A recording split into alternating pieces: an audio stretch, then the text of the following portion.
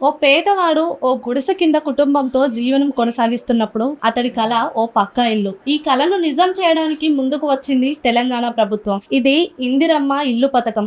పేదలకు ఇల్లు లేని వారికి, సొంత స్థలం ఉన్నవారికి 5 లక్షల ఆర్థిక సాయం, స్థలం లేని వారికి స్థలం ప్లస్ ఆర్థిక సాయం, ఎస్సీ ఎస్టీలకు అదనంగా 1,00,000, మొత్తం 6 లక్షల వరకు ప్రభుత్వం మంజూరు చేస్తోంది.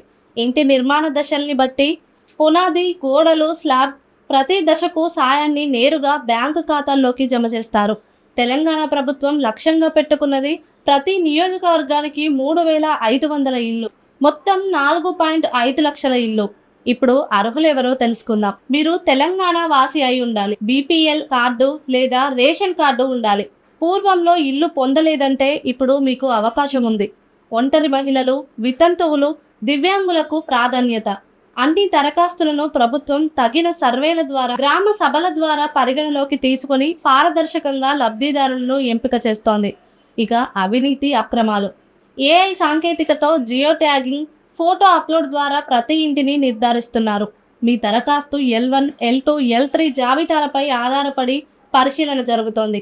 దరఖాస్తు చేసుకోవాలంటే మీ గ్రామ పంచాయతీ, ఎంపీడీఓ, ఎంఆర్ఓ కార్యాలయాలను సంప్రదించండి. Toll free number 040293900057. SRK dairy వారి తాజా పన్నీర్, డాబా స్టైల్ రుచులను మనింట్లోనే ఆస్వాదిద్దాం.